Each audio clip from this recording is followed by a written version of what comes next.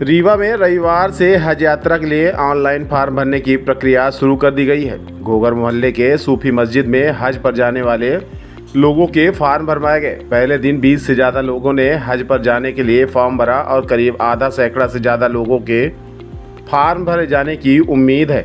इस बार हज में कई बदलाव किए गए हैं। हज के फॉर्म भरने की अंतिम तारीख 9 सितंबर रखी गई है।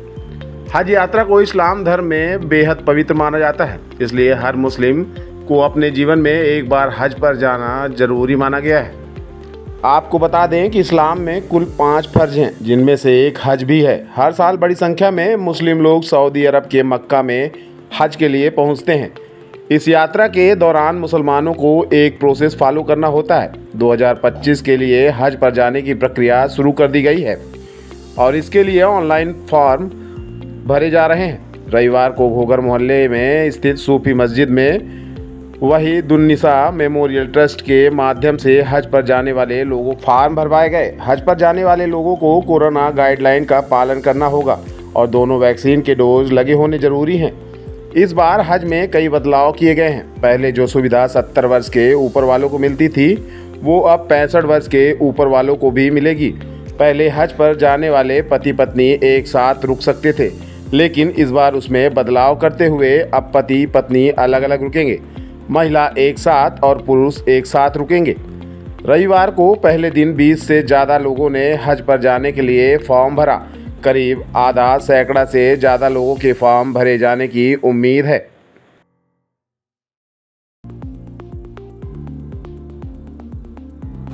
देखिए, वहीदुन्निसा मेमोरियल ट्रस्ट की तरफ से ये 2002 से लेकर लगातार हाजियों के फॉर्म भरने से लेके आखिरी तक जो कार्रवाई की जाती है वो पिछले 23-24 साल से लगातार चल रही है।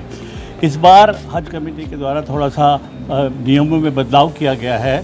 और सबसे बड़ा बदलाव ये है, पहले जो सुविधा 70 प्लस को मिलती थी, वो सुविधा अब 70 प्लस से ना लेकर 65 प्लस पे हो गई है।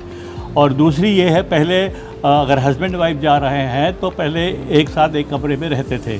अभी इसमें ये बदलाव ये हुआ है कि आमने सामने रहेंगे या अगल बगल रहेंगे, लेकिन लेडीज़ एक साथ रहेंगी और जेंट्स एक साथ रहेंगे। ये बदलाव है, बाकी कोई ख़ास नहीं है। और अभी जो है, अभी जो आज पहला कैंप है ये फॉर्म भरने का, अभी तक करीब 10 फॉर्म भरे जा चुके हैं। उम्मीद है कि 20 फॉर्म तक अभी भरे जाएंगे और टोटल जो जाने वालों की संख्या होगी वो करीब 40 के आसपास होगी इंशाअल्लाह ताला। अभी 9 सितंबर तक फॉर्म भरने की आखिरी तारीख है।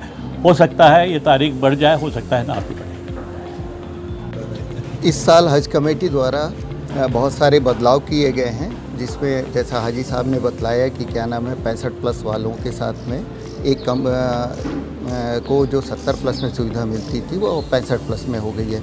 लेकिन 65 प्लस वाले के साथ में एक शर्त और जोड़ दी गई है कि वो कंपेनियन के बगैर, मतलब अपने सहयोगी के बगैर नहीं जा पाएंगे। उनके साथ में एक सहयोगी जिसकी उम्र जिस दिन रवानगी होगी उस दिन उनकी उम्र 60 साल से कम होनी चाहिए। और इस बार जो है सुविधाओं में एक ही ज़िले के हाजी एक ही होटल पर और करीब करीब आसपास ही रहेंगे। अभी तक यह होता था कि एक ही ज़िले के लोग अलग अलग बिल्डिंग में रहते थे।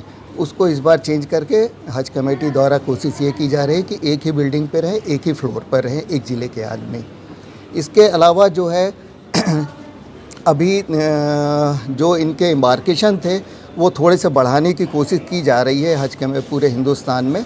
अब उसमें कितना एम्बार्केशन का चेंजेज आता है ये अभी क्लियर नहीं हुआ है, लेकिन ये हज कमेटी की तरफ से एक प्रयास होगा।